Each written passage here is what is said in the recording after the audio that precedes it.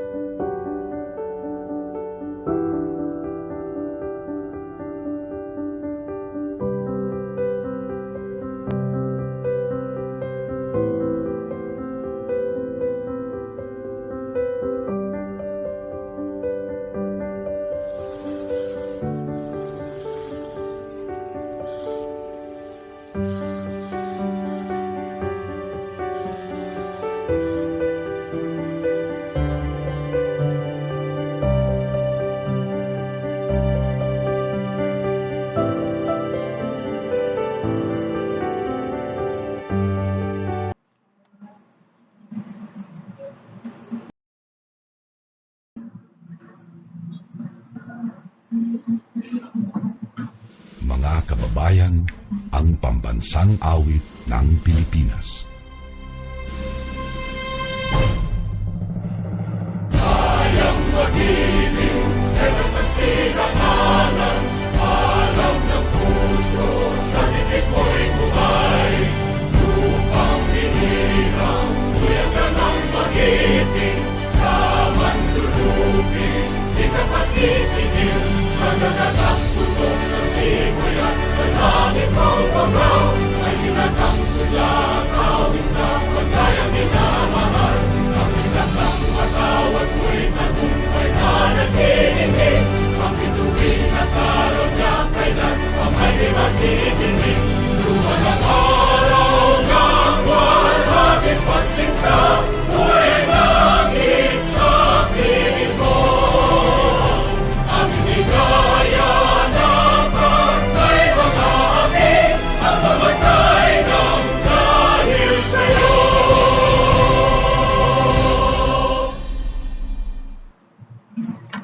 Okay, again, good day, everyone. We will present the 1935 Constitution, and under 1935 Constitution are the preamble, the 18 articles, the national territory, the Declaration of Principles, Bill of Rights, citizenship, suffrage, legislative department, executive department, judicial department, impeachment, Commission on Election, General Auditing Office, Civil Service, Conversion and Utilization of Natural Resources, General Provisions, Amendments, Transitory Provisions, Special Provisions effective from the Proclamation of Independence of the Philippines, and the last, the Commonwealth and the Republic. Those are the 18 articles under the 1935 Constitution. Hence, our subject is history. We will discuss about what is the 1935 Constitution, what happened to that time, when it established, how it happened. But let us focus on what does the document say? What was the provenance or source of document? Who authored it, and what was the context of the primary source production? The first reporter is Miss Gadrinab Rachel, followed by Baldon Joshua, Tixon Michelle, Gloris Lelebet, Magalion Caribel, Bahia Eden, Gumahin Jumer, Ladera Rosemary, Villas Elsa, and Olinan Katrina. Ms. Gadrinab will discuss the first topic, the 1935 Constitution.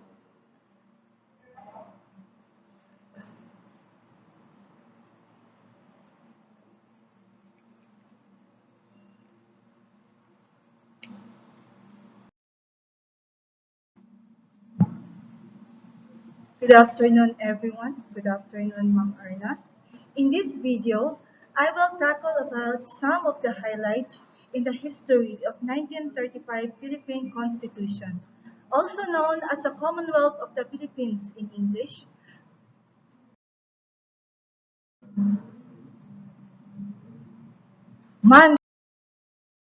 Mancomunidad de Filipinas in Spanish,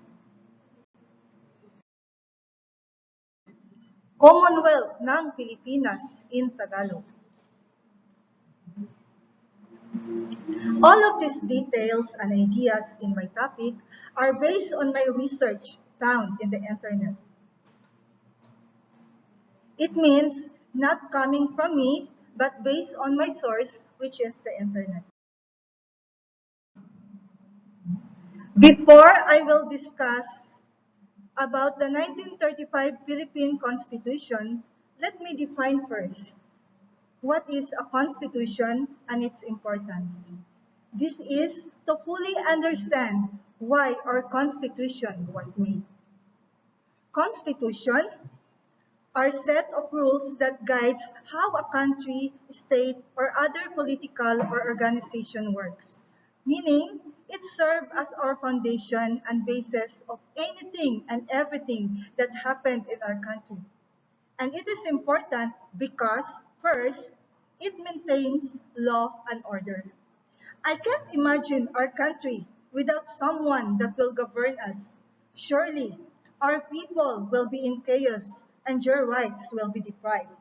Second, impose rules and regulations in which serve as a guide of our government officials in doing their duties and responsibilities, like what they will do and not to do.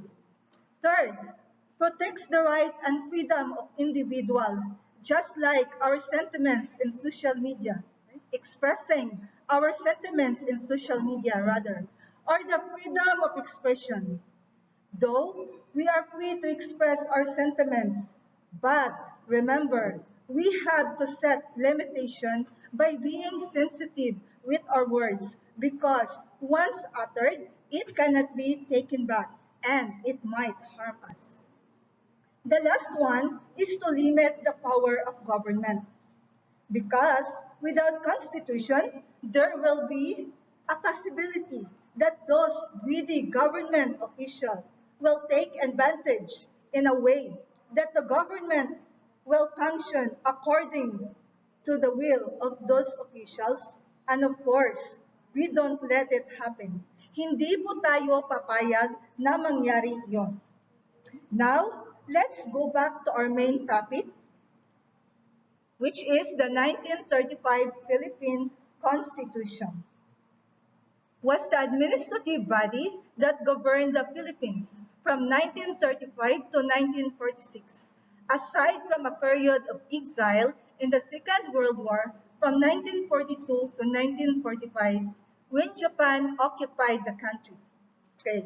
It is replaced the insular government, a United States territorial government, and was established by the Tidings-McDuffie Act. The Commonwealth was designed as a transitional administration in preparation for the country's full achievement to independence. This was under the leadership of President Manuel Molina Quezon, who was born on August 19, 1878 in Baler, Aurora, who was popularly known as the father of our national language o ama ng ating pambansang wika. I was captured and moved by the quotes from President Manuel L. Quezon. As stated, I want our people to be like a mulabi tree, strong and resilient, standing on the hillsides, unafraid of the rising tide, lightning and storm, confident of its strength. Okay. Sa pagkakaintindi ko po, tayo ay inihahalin tulad niya sa isang puno ng mulabi na kahit anumang unos o hamon sa ating bansa, ang dumating ay maging matapang, matatag at matibay tayong mga Pilipino na ito'y harapin. Next is the Japan occupied the country. From 1942 to 1945, it's been 3 years that we are under the rule of Japanese colonization. The reason why Japan occupied the country because the Philippines was the important location for transporting oil from Indonesia to Indochina down to Japan. Then Japan made the Philippines as a battleground between their wars with the Americans, especially in the national capital region, which is the Metro Manila.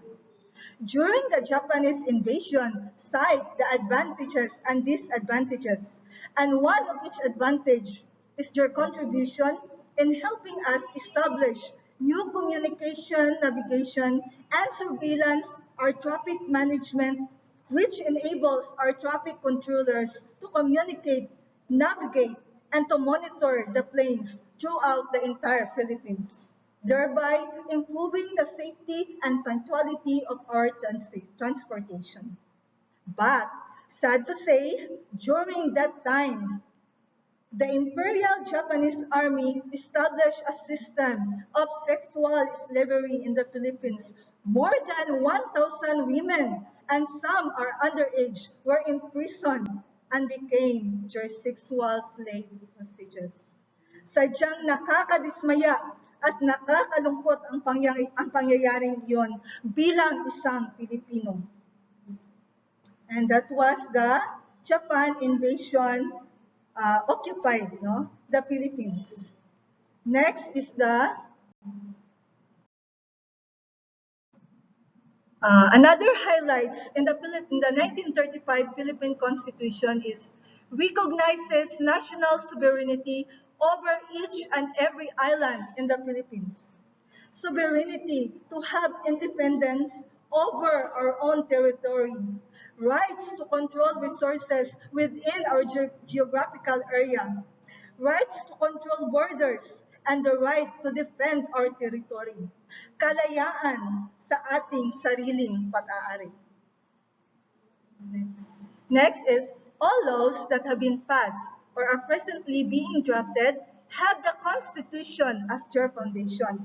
Yes, of course, the Constitution, or also known as the highest law of the land, is the highest law in our country, in which the government cannot pass a law without complying in the principles set in our Constitution, even the President of the Philippines. So, ibig sabihin nito, walang batas na matutupad o ipatutupad na hindi dumaan o nakabase sa ating konstitusyon. Maging ang presidente ng Pilipinas ay hindi pwedeng magpatupad ng sariling batas na hindi isasangguni o sang-ayon sa ating konstitusyon. Next, a legislation shall be declared invalid and void and lost all of its force and effect if it breaches any provision of the Constitution. Yes, mapapawalang bisa po ang epekto ng isang batas kapag lumabag sa nakasaad sa ating konstitusyon. The law will lose its effectiveness if it will violate any agreement being provided in our Constitution.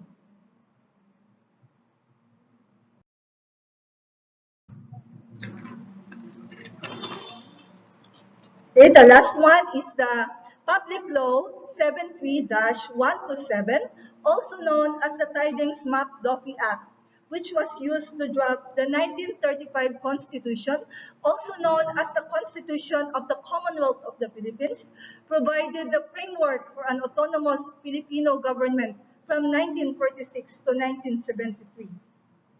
The Tidings-McDuffie Act was signed on March 24, 1934 by the President of the United States, President Franklin D. Roosevelt, and was sent to the Philippine Senate for approval. This is to provide the Philippines to gain its independence after 10 years transitional period of Commonwealth government, which is inspired by the American Constitution. So finally po, matapos ang 10 taon, ay magkakaroon na tayo ng ating kasarilan, independence o kalayaan. Also, this is the start for the adaptations and development of our national language, which is from Tagalog down to Filipino at naging Filipino. Filipino po ang tawag sa ating national language magpa hanggang ngayon. Okay po, karagdagang kaalaman or additional knowledge. Did you know that every February 2, we celebrate National Constitution Day? For every change in this constitution, the President will release a proclamation to commemorate the date where a new chapter will take effect. The latest constitution was ratified on February 2, 1987. This is the reason why we celebrate the Constitution Day in every second day of February. That's all, and thank you. To continue with, let's have Mr. Joshua Baldon.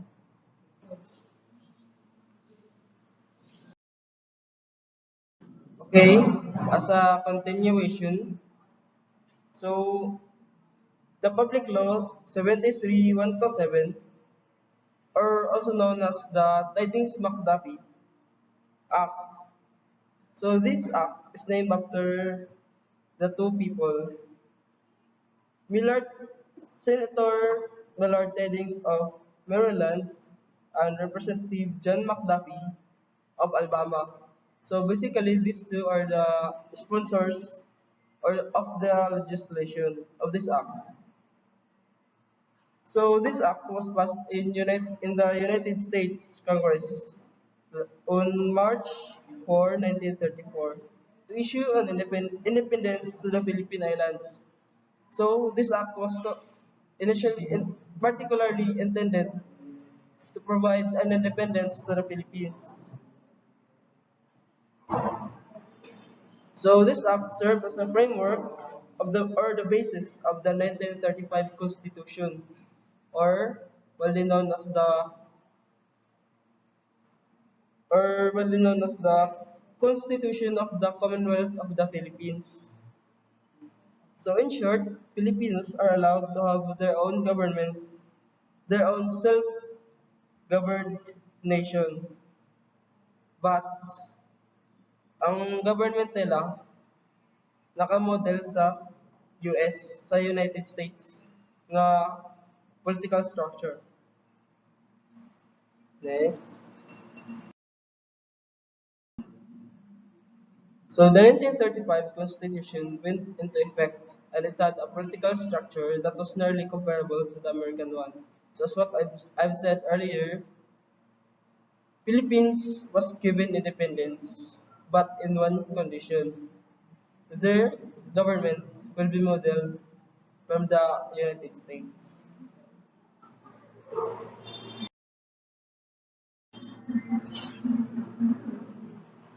So the system required a bicameral Congress, an independent judiciary, and a president who could be elected at large for a 4-year term and be eligible for one re-election.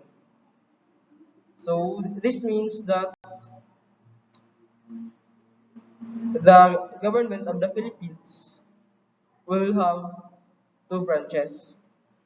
Bicameral, it means two branches in Congress. The first one is the independent judiciary, which means this branch contains independent judiciary or judiciary are the one that is responsible for the legal system of the Philippines. So, and this branch mostly composed of the courts. Then the other one is the president. The president is elected among the people in the Philippines. So, and the president can only serve the nation in a 4-year term. Kapato siya katuig. And then, after siyang term, pwede pa siya ma-re-elect. Pero isa ra ka chance ma-re-elect. So, another one. But,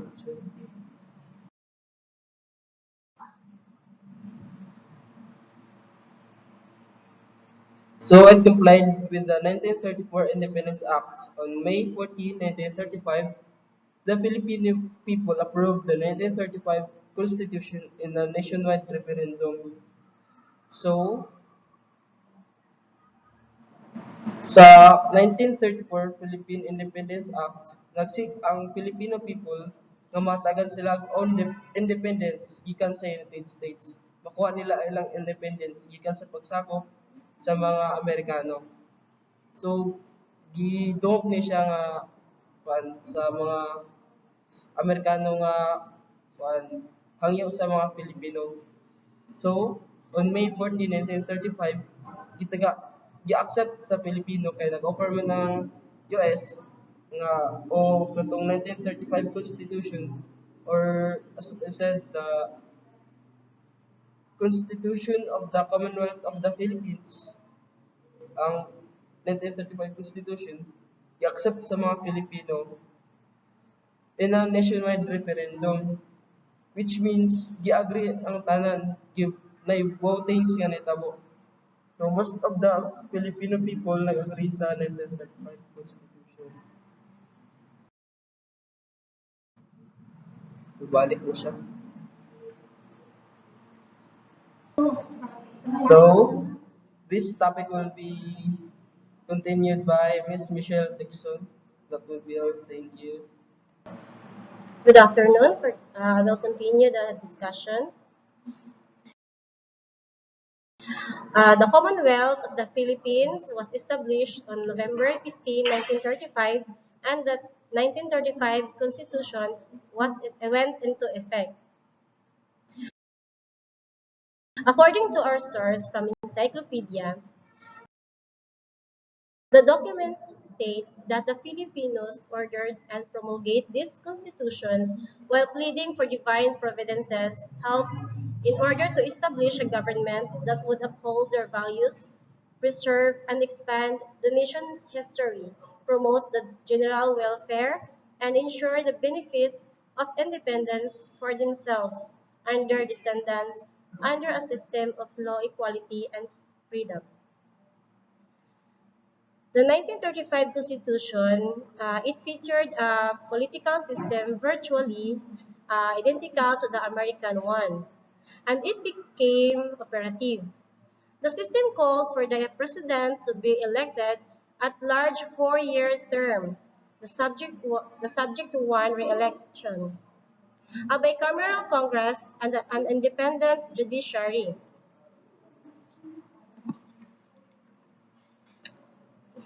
Ginawa ang Commonwealth upang ilatag ang mga pundasyon para sa isang nagsasarili at epektibong Estado.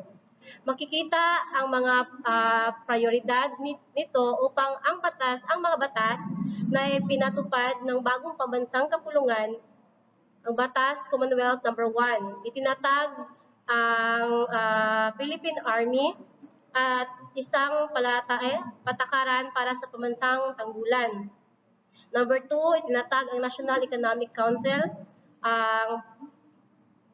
Number 3, ibinuo ang Court of Appeals.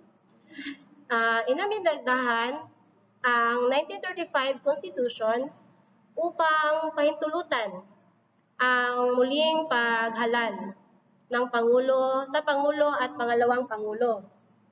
Ibinalik ang Senado at ang sistemang bicameral ng lehislatura at magtatag ng isang ahensya para sa halalang pambansa, ang Commission on Elections. Yun ang punto.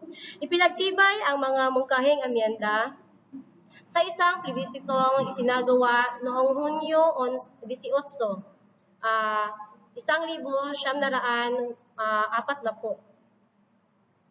Ang mga layunin nito ay yung halimbawa yung mga minimum wage law, 8-hour labor law, Tenant Act, Court of Industrial Relations, and Homestead Law.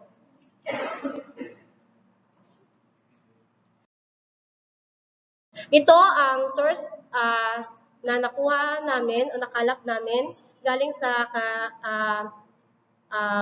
Franklin D. Roosevelt Library. And our investigation indicates that the document's provenance dates from the time the Philippine Independence Act, which established the conditions for the Philippines to draft a constitution, was approved by the United States Congress in 1934. The case gave the Philippine legislature the authority to call for a constitutional convention to choose representatives to write the country's constitution. The 1934 Constitutional Convention finished its work on February 8, 1935. The Constitution was delivered to the President of the United States on March 25, 1935 for approval. These are the picture or image from President Franklin D. Roosevelt signing the Philippine Commonwealth and Independence Act on uh, March 24, 1934. Thank you. And the next topic will be discussed by Lilibet Torres. Um, Good afternoon, Ma'am Erna. I am the next reporter for the continuation of our report. As we have indicated in our research through Wikipedia, the 1935 Constitution was established by Manuel Rojas, who also made a significant contribution to the establishment of the government. So who is Manuel Rojas? Manuel Rojas, his complete name is Manuel Acoña Rojas, was a Filipino lawyer and politician, served as the fifth president of the Philippines from 1946 until his death due to heart attack in 1948. So hindi niya natapos ang kanyang termino bilang presidente dahil noong 1948, pagkatapos ng kanyang talumpati sa Clark, Pampanga, siya ay inatake sa puso. Siya ay tinaguriang huling Pangulo ng Commonwealth at unang Pangulo ng ikatlong Republika ng Pilipinas.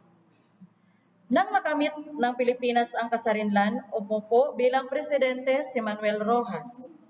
Malaki ang pinsala ng Pilipinas dahil sa pananakop ng mga Amerikano.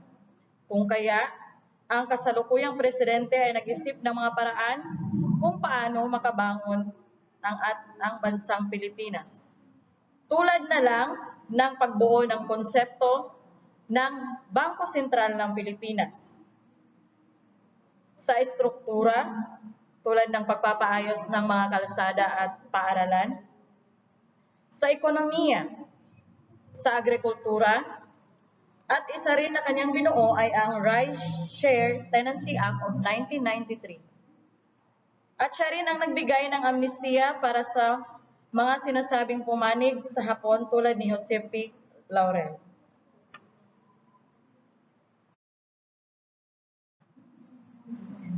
The Constitutional Assembly of 1934 took place in the structure. In 1934, the United States Congress passed the Philippine Independence Act, which set the parameters for the creation of a constitution for the Philippine Act mandated by the Philippine legislator to call for an election of delegates to a constitutional convention to draft a constitution for the Philippines. Delegate Manuel Rojas signs the Constitution. He was the leading member of the Committee on Style, also known as the Seven Wise Men, who had a significant impact on the final draft of the 1935 Constitution. These seven wise men are namely Filimon Soto, who is the chairman, Norberto Romualdez, Manuel Rojas, Vicente Singson Encarnacion, Manuel C. Briones, Miguel Cuaderno, and Conrado Benitez. These seven wise men are the one who prepared the draft of the Constitution.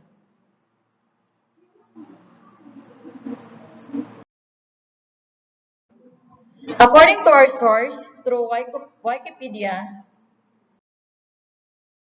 The context of the primary source creation, the 1935 Constitution, established a legislative system for this with a Commonwealth government, which, before granting the Philippines independence with a constitution inspired by America, was considered a transitional government. From 1901 to 1934, may mga komisyoner ng Pilipinas na nagre-represent para ibigay ang kalayaan ng bansa. Kaya noong 1935, binigyan ng 10 taon, from 1935 to 1945, ang Pilipinas ng mga Amerikano para maging handa sa kalayaan. At ito ay tinatawag na transitional government. The Philippine government will also gradually model its governmental structure after the US legislator.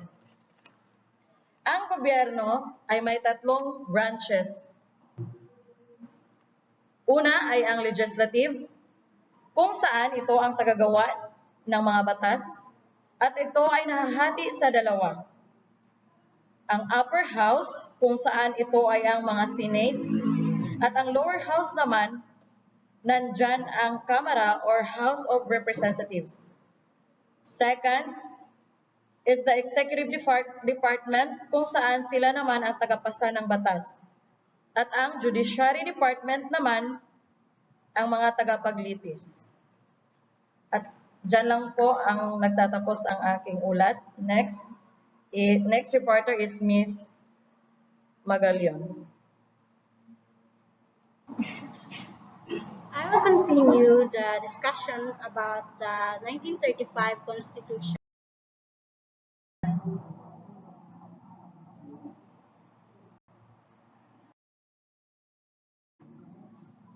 which is the Philippine history. The Constitution of the Philippines was ratified by the vast majority of the Filipinos on May 14, 1935.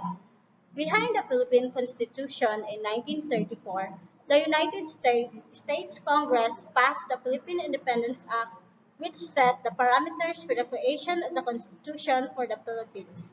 The act mandated the Philippine legislature to call for an election of delegates to a constitutional convention to draft a constitution for the Philippines. It was in accordance with the Independence Act of 1934.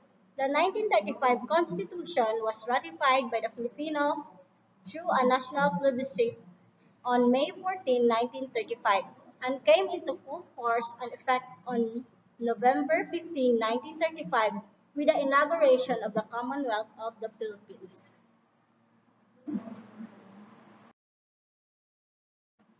Next is the separation of powers among the 3 branches of government was upon the foundational idea of the 1935 Philippine Constitution, which established the Commonwealth of the Philippines. The separation of the powers of the 3 branches of government was the foundational idea of the Constitution. As provided in Article 2 of the Constitution of the Philippines government is democratic and republican. It follows the separation of powers so that as provided on Article 6, 7, and 8, it divides itself into 3 branches, which are the legislative, executive, and judicial department.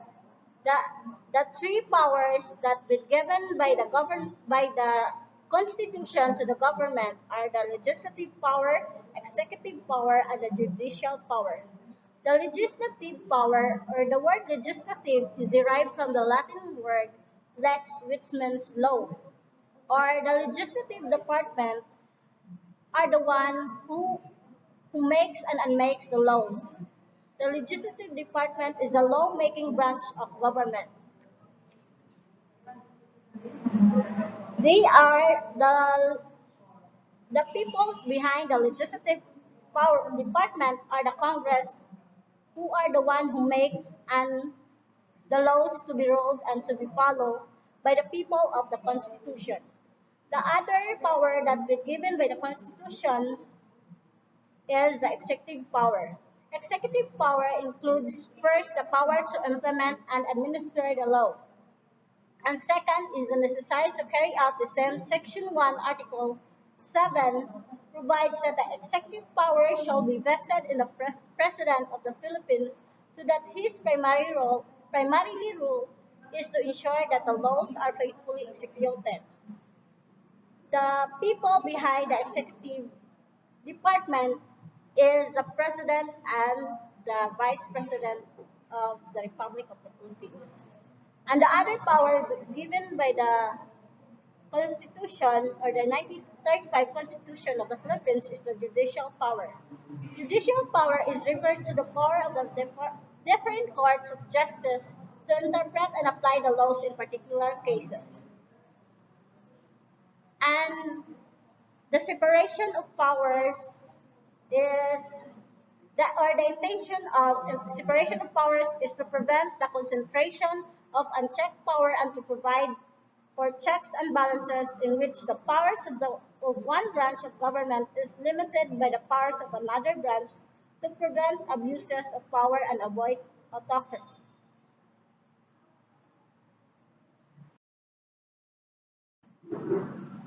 The other history that been given by the 1935 Constitution, which is the president who will hold office for the single 6-year term is given executive authority.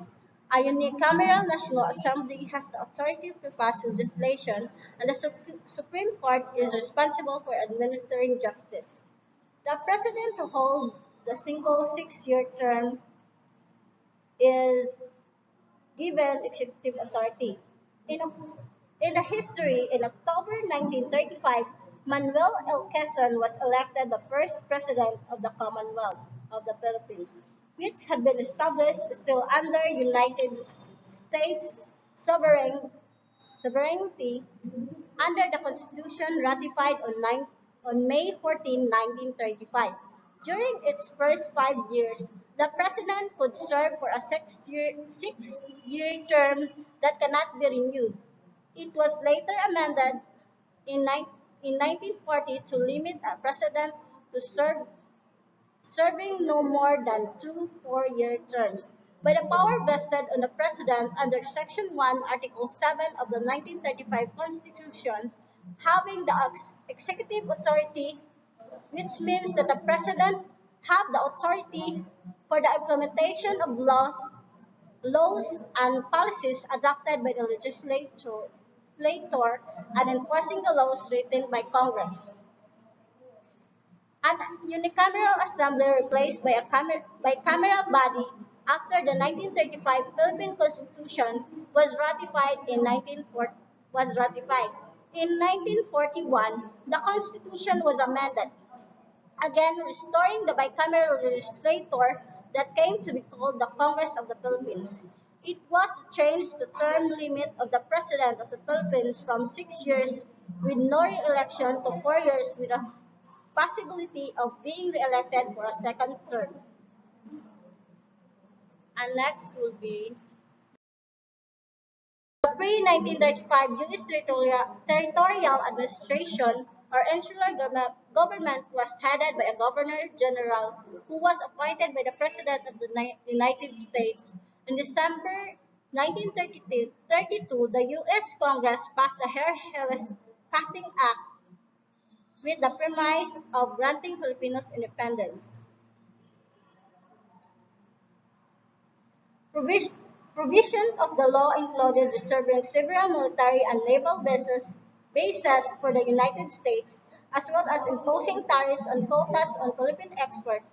Within reach him for possible signature, President Herbert Hoover vetoed the Hair-Hills Cutting Act, but the American Congress overrode Hoover's veto in 1933 and passed the law over Hoover's objection. The bill, however, was opposed by the then Philippine Senate President Manuel L. Quezon and was also rejected by the Philippine Senate. This led to the creation and passing of the Tidings-McDuffie Act, or the Philippines Independence Act, which establishment of the Commonwealth of the Philippines with a 10-year period of peaceful transition to full independence. and the date of which was to be on 4th of July following the 10th anniversary of the establishment of the Commonwealth. And that's all for my report, and the continuation of it will be the next reporter. Good afternoon, everyone. I'm Ms. Akong Erna. For the continuation of our topic,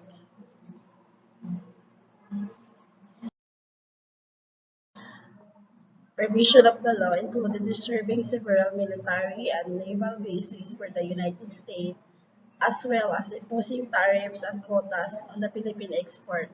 When it reached him for possible signature, President Herbert Hoover vetoed the Her House Cutting Act by the American Congress overruled Hoover veto in 1933 and passed the law over Hoover objection. The bill, however, was opposed by then Philippine Senate President Manuel L. Quezon, was also rejected by Philippine Senate.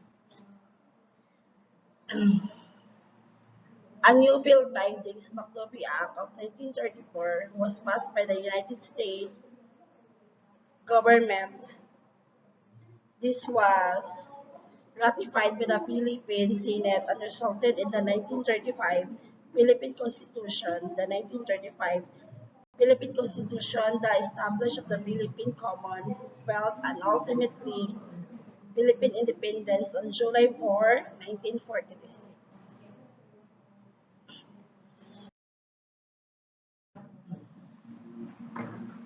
Herbert Black Hoover, the 31st President of the United States from 1929 to 1933.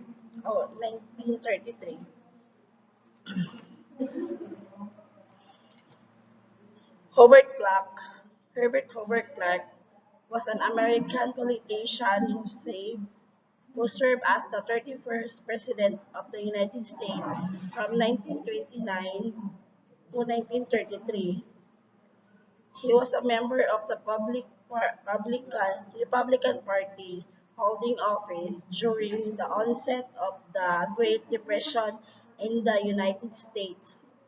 Hoover saved 10 million civilians and gained fame as the great humanitarian for creating an unprecedented organization that fed 10 million civilians for 5 years in the midst of a war zone.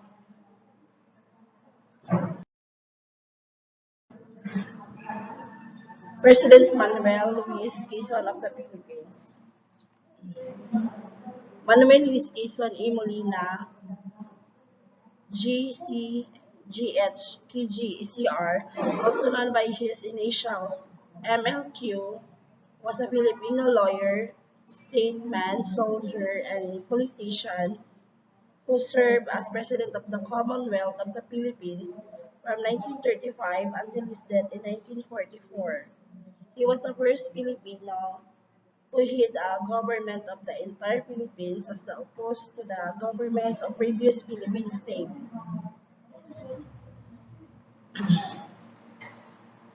Manuel L. Quezon established a government in exile in the U.S.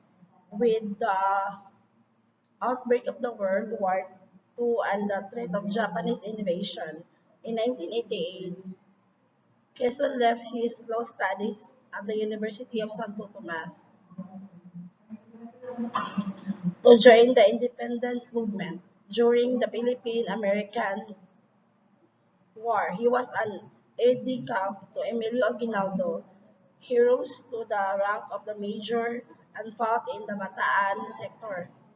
However, after the surrendering in 1900, where he made his first break in the American press, Quezon returned to the university and the bar examination in 1903, achieving fourth place.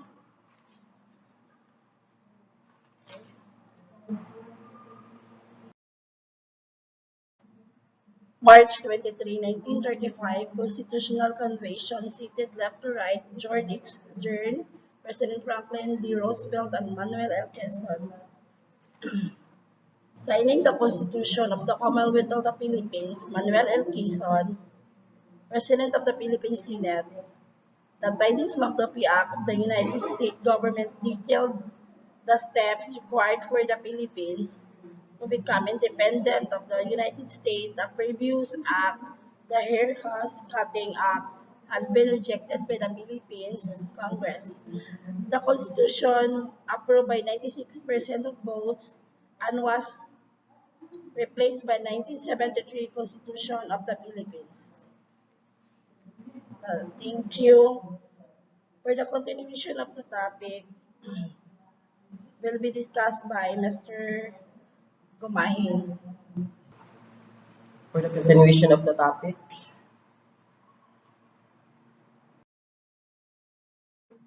a constitutional convention was convened in Manila on July 30, 1934. On February 8, 1935, the 1935 Constitution of the Commonwealth of the Philippines was approved by the convention by a vote of 177 to 1. So, a constitutional convention is one of the three ways to amend the Constitution of the Philippines. Others include a People's Initiative and the Constituent Assembly. The Constitution was approved by President Franklin D. Roosevelt on March 25, 1935, and ratified by popular vote on May 14, 1935. So ang Constitution of the Commonwealth of the Philippines na-approve siya on February 8, 1935 by the President Franklin D. Roosevelt.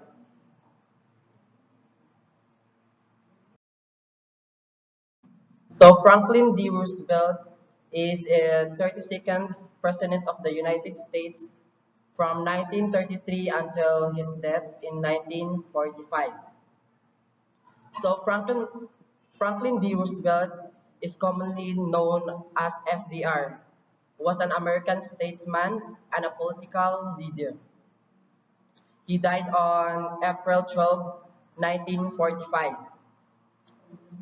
The biggest contribution that he gave in his country during his time as a president of United States, he gave a numerous program to provide relief to unemployed and farmers. So naghatag siya dani nga programa during his time sa iyang country, especially katong sa mga pobre nga mga katawan na naa sa iyang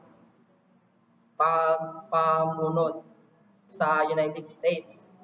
So that's why si Franklin Roosevelt is na kuan siya, elect siya 4 times sa iyang country, which is the United States.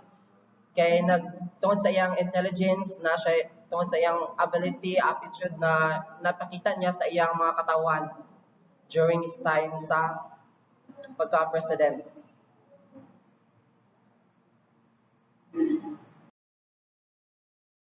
On September 16, 1935, presidential elections were held. Candidates included former President Emilio Aguinaldo, the Iglesia Filipina Independiente leader Gregorio Aglipay, and others. Manuel Alquezan and Sergio Osmeña of the Nacionalista Party were proclaimed the winners, winning the sets of president and the vice president respectively. So kani si Emilio Aguinaldo, Gregorio Aglipay, Manuel Alquezan, Sergio Osmeña, muna sila ang na-proclaim na winners kanang na-proclaim na winners na nakaingkod as a president or kanang vice president.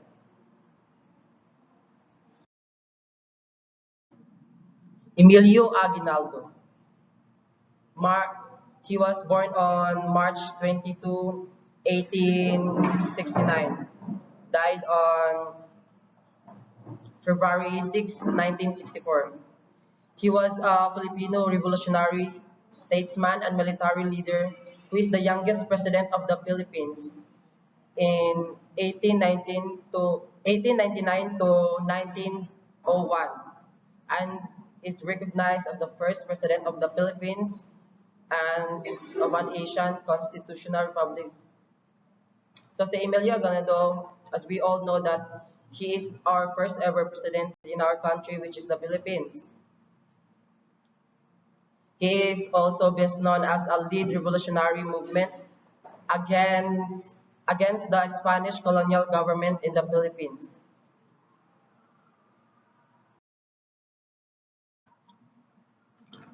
Gregorio Aglipay, a former Filipino Roman Catholic priest and revolutionary who became the first head of Iglesia Filipina Independiente, an independent Christian church in the Philippines in the form of nationalist church. So si Gregorio Aglipay is a former Catholic priest. He was born on September 9, 1878, died on October 19, 1961. Upon Quezon's sudden death on 1994, Osmeña succeeded him at the age of 65, becoming the oldest person to assume the Philippine presidency.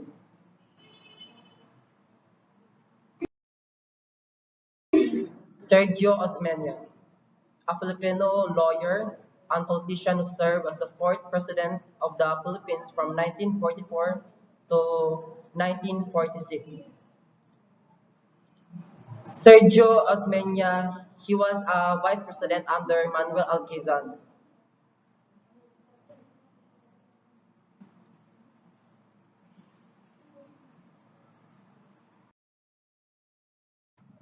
The Commonwealth government was inaugurated on the morning of November 15, 1935, and ceremonies held on the steps of Legislative Building in Manila. The event was attended by a crowd of around 3,000 people. So, Legislative Building in Manila. It was a home of bicameral Congress from 1926 to 1972, and the Philippine Senate from 1987 to 1997. Legislative Building in Manila was the old Congress, or what we call Legislative Building, is presently the National Museum of Fine Arts. It is started on 1918, completed in July 16, 1926.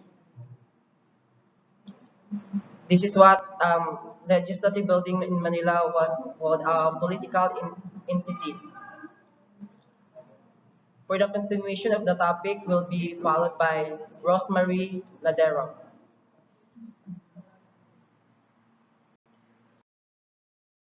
For the continuation of our topic, which is pre-war.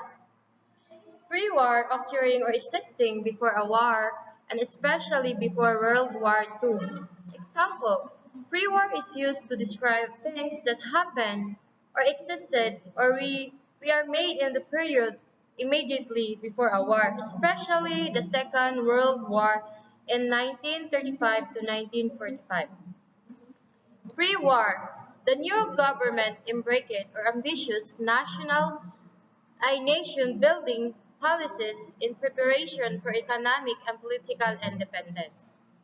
Political independence, the freedom of political decision-making and the direction of state organs in respect of the internal and international affairs of a state.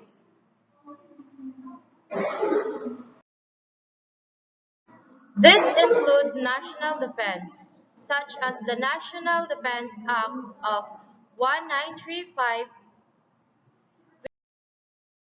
which organized a conscription for service in the country.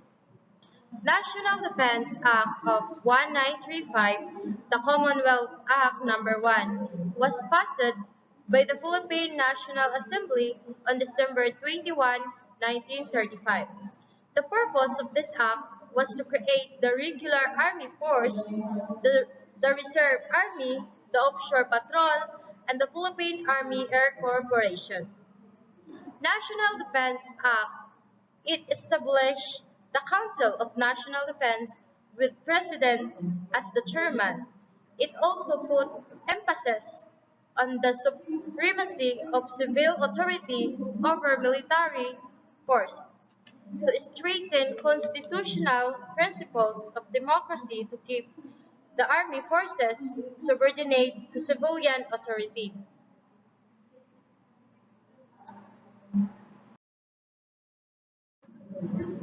Greater control over the economy.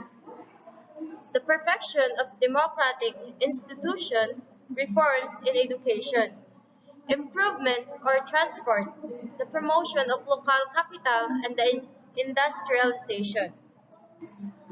Higit na kontrol sa ekonomiya ang pagiging perpekto ng mga demokratikong institutional na, na reforma sa edukasyon, pagpapabuti ng transformasyon, ang pagsulong sa lokal na kapital ng industrialization. However, uncertainties, especially the diplomatic and military situation in Southeast Asia in the level of U.S. commitment to the future Republic of the Philippines.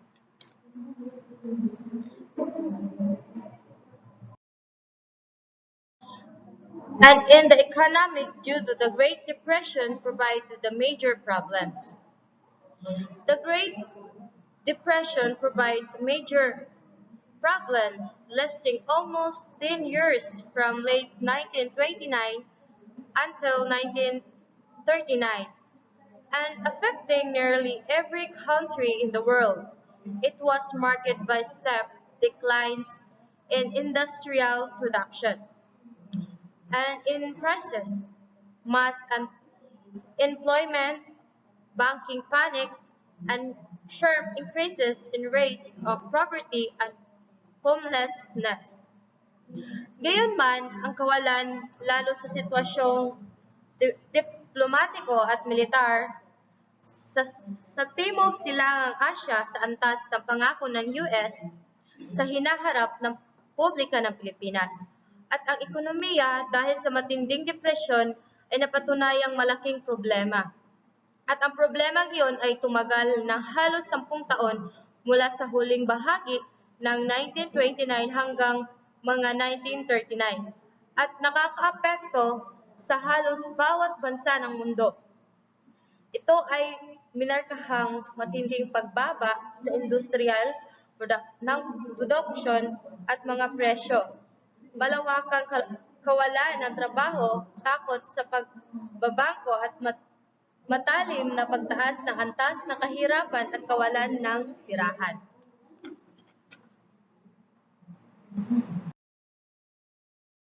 A proper evaluation of policies' effectiveness or failure is difficult due to Japanese invention and corruption during World War II. Isang kwestong pagsusuri sa pagiging epektibo sa pagkabigo ng mga patakarang mahirap dahil sa pananakop ng mga Hapones sa panahon noong ikalawang digmaang pandaigdig. And that's all. Thank you. And the next reporter will be Mrs. Elsa Villas.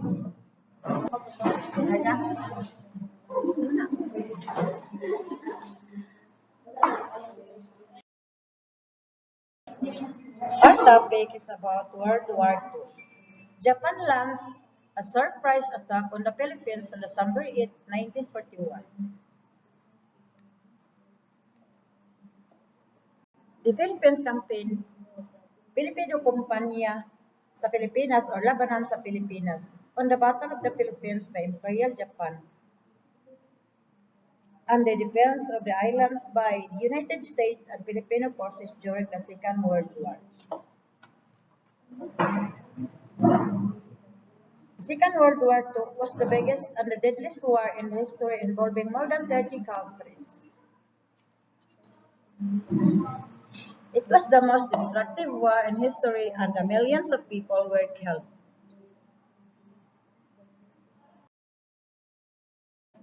Next, the Commonwealth government drafted the Philippine Army into the U.S. Army Forces Far East, which would resist Japanese occupation.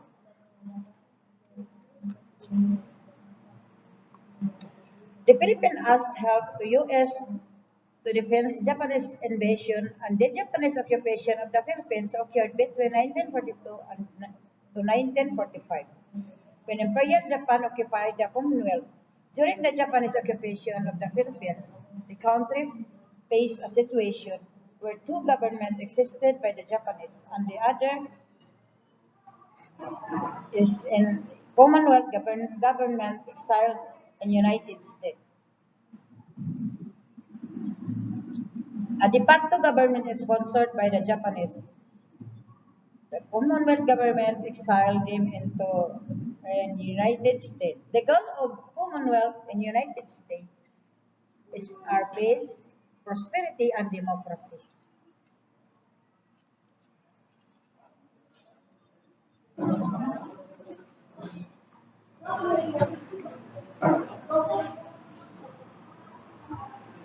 Commonwealth government of the Philippines was the administrative body that governed the Philippines from 1935 to 1946. Aside from a period of exile in the Second World War, from 1942 to 1945, Japan occupied the country.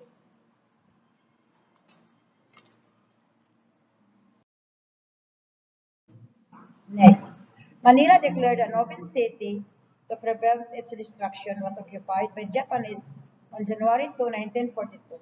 The Philippine defense continued until the final surrender of U.S. Philippines force on Bataan Peninsula on April 10, 1942, and on Corregidor on May 6, 1942.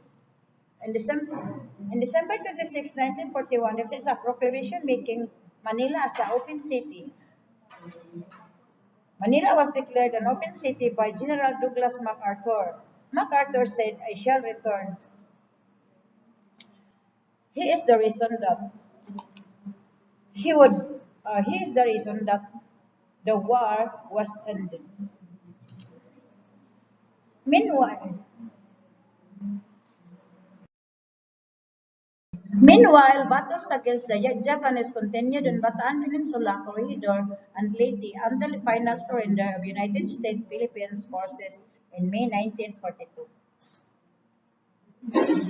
Battle of Bataan after the Japanese bombed Pearl Harbor, they invaded Luzon, Philippines in 1942. Despite insufficient supplies, American and Filipino troops were able to fight for 3 months. Eventually, they surrendered to Japanese troops and were forced into the Bataan death march, where some of the most horrific war crimes were committed by the Japanese.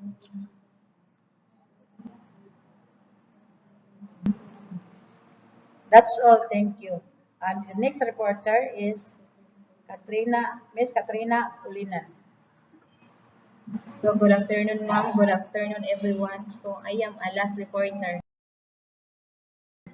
My tackle is all about independence of the Philippines.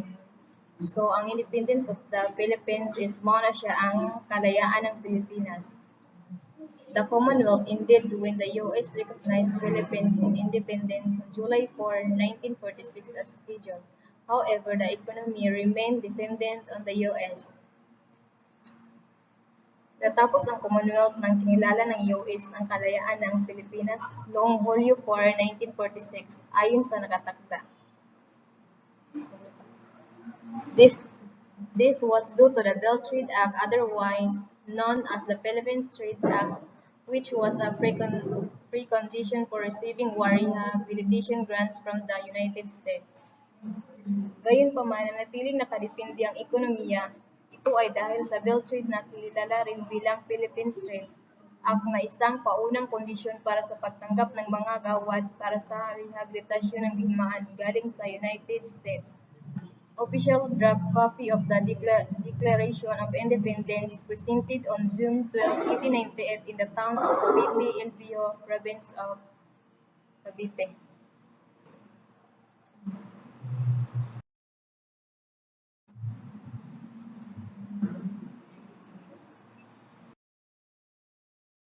The next is Constitution of the Philippines.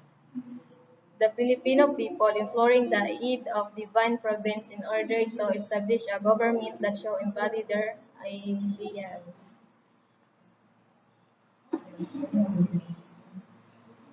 ang mga mamayang Pilipino na humihiling ng tulong ng Diyos upang magtatag ng isang pamahalaan na maglalaman ng kanilang mga ideya.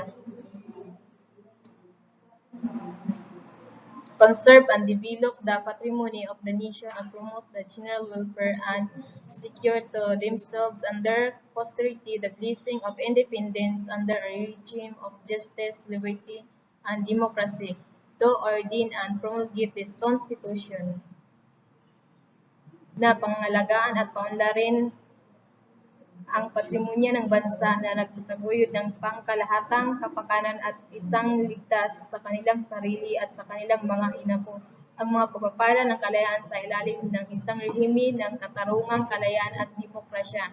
And that's all. Thank you.